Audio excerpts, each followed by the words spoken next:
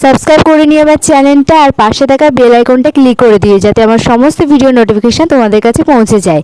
Like করে দিও, share করে দিও আর কমেন্ট করতে একদম ভুলো না। Hello guys, welcome back to my channel খাই খাই। আজ আমি চলে এসেছি তেঁতো ডাল নিয়ে। হ্যাঁ, তোমরা ঠিকই শুনেছো, তেঁতো ডাল কী করে তৈরি করতে হয় সেটা নিয়ে আমি চলে এসেছি। তো প্রথমেই গ্যাসের মধ্যে কড়াই বসিয়ে দিয়ে হালকা একটু সাদা তেল দিয়ে ডালটাকে ভালো করে নিয়ে নিতে হবে। হালকা হালকা ভাজা হয়ে যাওয়ার পর উচ্ছে কিংবা ঘি করলা যাই বলো না কেন দিয়ে একটা বাটির মধ্যে অল্প একটু নুন এবং হলুদ দিয়ে ভালো করে মাখিয়ে নিতে হবে।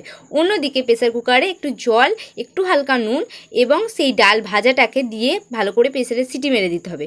অন্যদিকে সেই ভাজা বা ম্যারিনেট করা উচ্ছে কিংবা ঘি করলা যাই বলো না করো হালকা করে তেলে ভেজে নিতে হবে, বেশি কিন্তু ভাজা চলবে না। অন্যদিকে কড়াইয়ের মধ্যে তেল দিয়ে অল্প একটু জিরে আর তার সঙ্গে দিয়ে দেবে শুকনো লঙ্কা এবং তেজপাতা। এটাকে হালকা হালকা করে ভেজে নিতে হবে।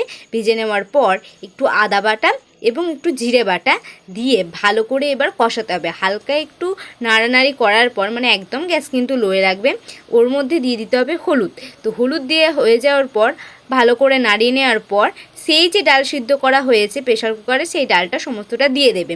তো দিয়ে হালকা একটু নাড়ানো হয়ে যাওয়ার পর যতটা পরিমাণ তোমাদের নুন প্রয়োজন সেরকম অনুযায়ী দিয়ে দেবে। আমার এখানে 1 চামচে হয়ে গেছে। আর অল্প একটু চিনি বা মিষ্টির জন্য একটু চিনি দিয়ে দেবে। তারপর যে ভাজা উচ্ছেগুলো আছে বা করলাগুলো আছে সেগুলো ওপর থেকে ছড়িয়ে দেবে।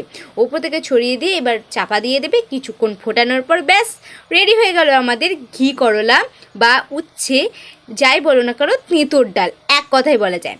এবার আমি পোস্ত শাক ভাজা আর এই টক ডাল ভালো করে মাখিয়ে নিয়ে মুখের মধ্যে ঢুকিয়ে নেবো।